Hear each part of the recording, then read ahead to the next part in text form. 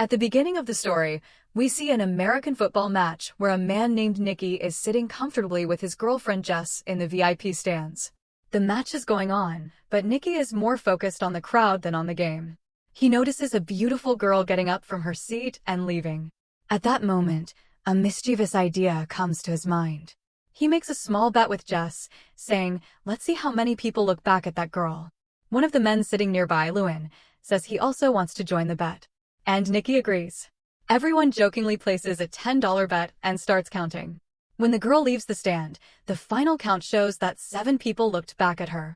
In this bet, Jess had guessed the closest number, so she won. Lewin gives her the money without hesitation and then suggests starting the next round. This time, the bet is about who will commit the next foul. Jess drops out, saying she doesn't know much about the game, but Nicky jumps in and places a $1,000 bet. As soon as the whistle blows, the referee signals a foul and it turns out to be the team Nicky had bet on. He wins and puts the money in his pocket. Even after losing, Leon gets more excited and says, "Let's place a $5,000 bet this time." Now, the question is whether the player will pass the ball or run with it. Nicky hesitates a little at betting $5,000, but finally agrees. Lewin guesses that the player will run, and Nicky says he will pass. As soon as the whistle blows, the player actually runs with the ball, which means Nicky loses $5,000. Now Nicky decides, it's okay. We lost $5,000. Let's stop here. And asks Jess to come have coffee. He wants to leave, but Lewin insists. He says, "You're sitting in the VIP lounge. You have money. Why be upset over $5,000? Let's play another bet, this time for $10,000. Eventually, Nicky agrees. Now the question is whether the player will make the next pass correctly or not. Nicky predicts yes, but the other team intercepts the pass. Nicky has now lost $15,000. While taking out the money, Nicky gets a little upset.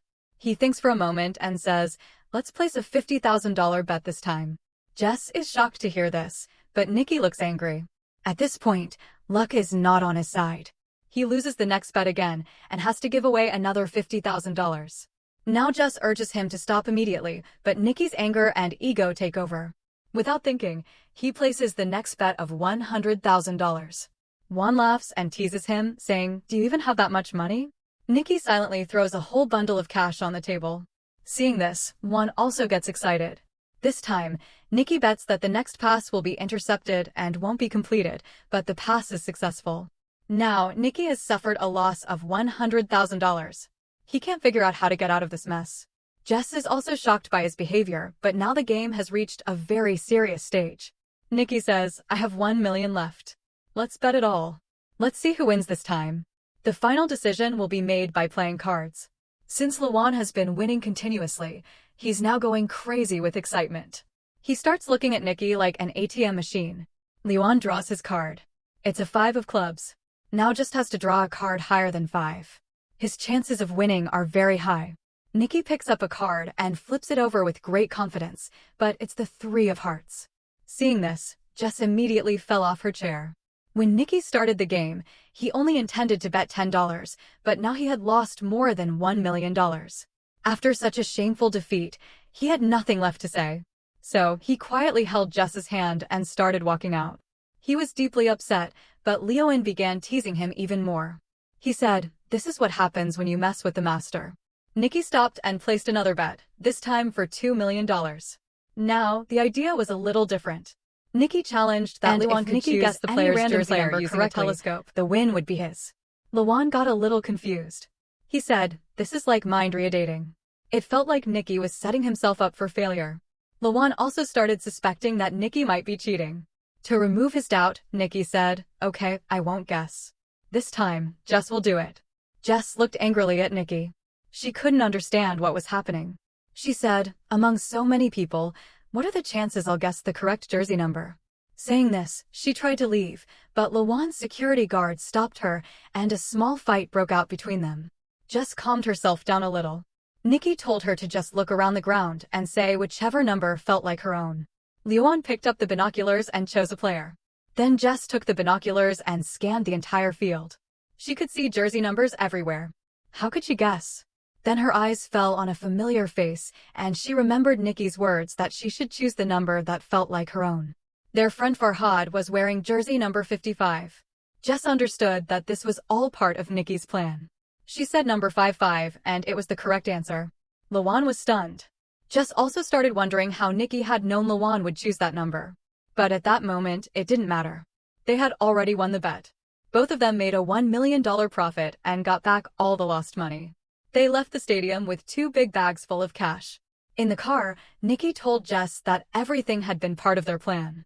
They had been tracking Lawan for a long time. Lawan was well known in high society for his bad gambling habits. He would jump at any bet placed in front of him. Nicky's team had planned the entire setup. As soon as Lawan stepped out of his hotel room, the number 55 was planted in his subconscious mind. The number 55 The same was number written on the appeared label on signboards along the road to the stadium. They didn't just show him the number, they made him hear it too. While coming to watch the match, a song had been played in Lawan's car that repeated the number 55 again and again. That number was said 124 times in the song, which kept pulling Lawan's attention toward it. He had even been shown a photo of Farhad, which helped build a visual memory. So when Lawan looked through the binoculars, his mind naturally went toward the number 55. And Jess said 55 as soon as she saw Farhad. Jess had not been told anything in advance, so her expressions would stay natural during the entire game. This way, no one would suspect her. After hearing everything, Jess was completely impressed with Nicky. After this, the story takes us a few days back. Just a few days earlier, Nicky was lying on a bed in a room with Jess beside him, and a man was pointing a gun at his head. Jess was sitting next to him. Someone he had met only recently. It was clear that someone had trapped Nicky, but there was no sign of fear on his face. He calmly said, "I don't have a single penny. If you want to shoot, then shoot." The man with the gun looked at Nicky's reaction and quickly realized this man was clever, even more cunning than them. And his guess was absolutely right. Nicky was a master con artist who pulled off petty thefts with great skill. Jess had brought Nicky to that room by tricking him. But Nicky saw a natural talent in her. At that time, Jess didn't understand anything. When the man with the gun left, Nicky told Jess, "You have a gift. If you polish this ability to trick people, you can live a very comfortable life." Nicky said, "This is our family business. My father, his father, they were all con men. We're cheats by blood. Every trick, every move is a game to us." Without wasting time, Jess took out some money and said, Nicky agreed. "I want to learn from you." While walking out, he stole one of Jess's rings, and she didn't even realize it. By the time she figured it out, her watch had also disappeared. When she had put the watch in her handbag, Nicky had already taken her wallet. After all these tricks, Nicky said, sleight of hand, timing, and a little style. That's all you need for this work. Then Nicky said goodbye to her and left. After a few months, Jess found Nicky in New Orleans where he had started building a new team. Their meeting was actually a test. He wanted to see if Jess was capable of joining his team or not. When Jess agreed, Nicky sent her to a fair with one of his team members. This was Jess's first practical assignment. She began asking people for directions, holding a map in her hand. While she distracted people, her partner secretly stole a tourist's camera lens. Then another team member intentionally bumped into a man and Jess took his wallet. Jess was now starting to feel more confident in her stealing style. Using chopsticks, she took another woman's wallet from her bag. Everything went so smoothly that no one even suspected them. Nicky was watching everything from the top of a building. He told the team to leave Jess alone. Now it was her turn to fly solo. Jess started stealing expensive items one after another. And with each theft, Nicky's respect for her kept growing. Now Nicky gave her another big assignment. This time a high-tech scam. With the help of special lenses, they could see other players' cards and beat them easily. There was also a system for stealing credit cards. The stolen card was secretly sent to a teammate where a device would copy its data and then the card would be returned to the owner's pocket. By the time anyone realized, their entire account would be emptied. Another scam was a fake ATM machine. Whenever someone withdrew money, the ATM would secretly store their PIN. Farhad would later remove the machine and steal all the data. All the stolen credit cards were sorted into different categories. Expensive luxury items were bought using them. And finally, their data was sold on the black market. One day, Jess saw a beautiful necklace and wore it. But Nicky immediately told her to take it off. He strictly explained that all the items had to be sold. Nothing was to be kept personally. Jess was seeing this large-scale fraud for the first time. The feeling of standing in the middle of a mountain of stolen goods was surreal. The next day, Jess and Farhad were wandering through a wealthy area. Their task was to act. Farid suddenly fainted and Jess started shouting, "Please, someone help us. Please." It was a distraction which the rest of the team used to steal from the rich people around them. After the job was done, the whole team escaped by hiding in an ambulance. The whole plan was so perfectly executed that no one could figure out anything. That night, they all celebrated together. Nicky praised everyone because they had made $1.2 million in just 1 week. The next day, all the team members were preparing to go their separate ways. The documents were destroyed and Nicky assured everyone that their money would be transferred to their bank accounts within a few days. But the old members of the team knew that Nicky still had one last mission left. The next morning, Nicky took Jess to the VIP lounge of the stadium. He performed a full demonstration in front of Jess to show how they could earn $1 million in just a few minutes. By now, Jess had started falling in love with Nicky. She thought she was Nicky's girlfriend, and that's why he was showing her all this. But Nicky had only included her in the group for his own benefit. When everything was over, Nicky gave her $80,000 in cash and finally said goodbye. Jess looked at him with tears in her eyes. Her heart was broken because she also felt that in love with Nicky. $80,000 was too little because Nicky had just earned $1 million. But in Nicky's world, there was no place for emotions. Jess had now seen his true colors. Nearly 3 years later, a race car pulls into a service station and we see Nicky again. There was tiredness in his eyes, and it was written all over his face that he was running out of money. During lunch, he met with George, the owner of a race car team. George's research team had developed a new algorithm called EXR, but he wanted to improve it to increase his chances of winning. So, he hired Nicky. The plan was simple. Nicky would pretend to be their chief engineer. Then, they would stage a fake fight between George and Nicky so that other teams would fall into their trap. After that, Nicky would sell a fake version of EXR to the rival team while George's team would use the real system and easily win. As part of the deal, Nicky was supposed to receive €1 million for the job, and the money he earned by selling the fake system would also be his. Nicky thought this job was a joke. He could have done such a scam, even in his sleep. But George's butler didn't trust him at all. He directly threatened Nicky and said, "If you do anything wrong, I'll shoot you right in the chest." Nicky wore a tuxedo and left to attend a party that evening. The plan between Nicky and George was to stage a fake fight in front of the crowd, but their plan completely fell apart when Jess appeared, walking down the stairs in a red dress. She went straight to hug George. Seeing this, Nicky's eyes filled with anger. His mind went blank. He hadn't seen Jess in 3 years, and now she was with someone else, and that too with the man who had hired Nicky. Jess calmly walked up to Nicky and told him that she was no longer a con artist, and whatever had happened 3 years ago didn't matter anymore.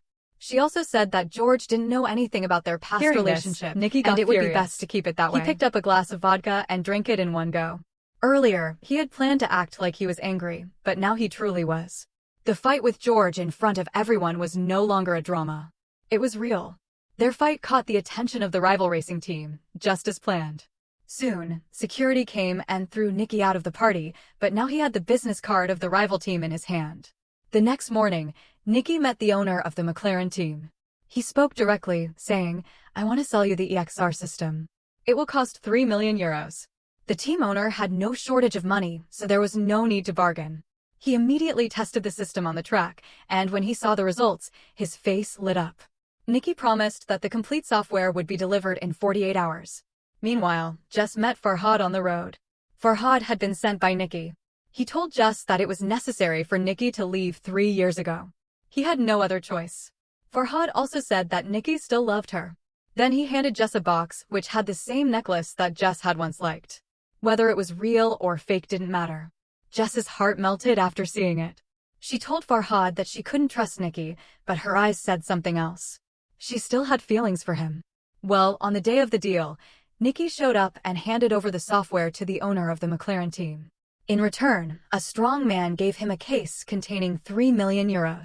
But Nicky's nature was such that he never worked without taking risks. He had secretly sold a copy of the same software to every racing team. Every handshake brought him more euros. Whoever shook hands with him paid him millions.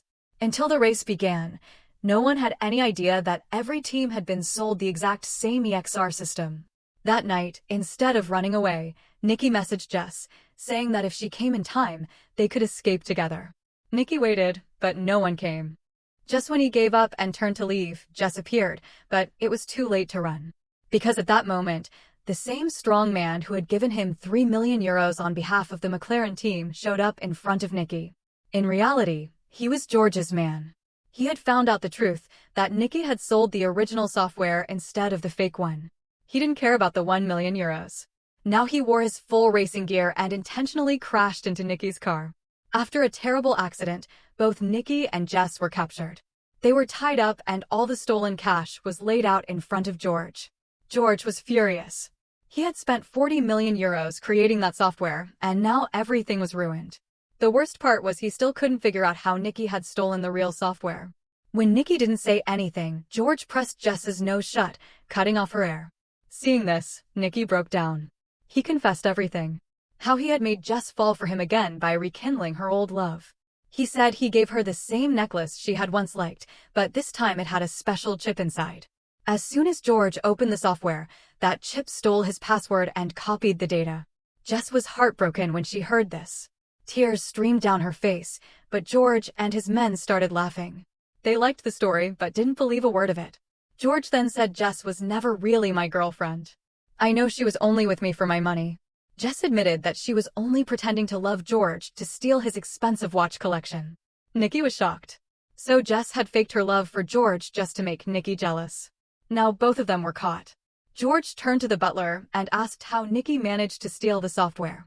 As soon as Nicky opened his mouth, the butler suddenly fired a bullet. It hit Nicky straight in the chest. George's face turned pale. He panicked and told the butler, "I can earn money again, but if I get caught for murder, I'm finished." George quickly fired the butler and fled from the warehouse. Jess was crying uncontrollably, but the butler calmly said, "There's no need to worry. I'm actually Nicky's man." In truth, the butler was Nicky's father. He had shot the bullet carefully just near the heart, not through it. He sealed the wound with tape, used a needle to draw out the extra blood and balance the air pressure in Nicky's chest. Suddenly, Nicky opened his eyes. He was alive. It was a crazy plan, but it worked. Behind them lay a huge pile of money. All three of them left the warehouse. Nicky was actually an orphan and had been raised by this man. He was the one who had taught Nicky all the tricks of the trade. Their rule was simple: never get emotional. But now Nicky had truly fallen in love with Jess. The butler left both of them on the roadside and took all the money with him. Nicky was left with nothing. But on the way to the hospital, he saw something shining in Jess's hand. It was George's 200,000 watch. Nicky looked at her. Jess looked at him, and both of them smiled. With tricks like this and sleight of hand, they'd never go hungry, no matter where they were in the world. If you enjoyed the video, don't forget to like and subscribe to the channel. See you in the next.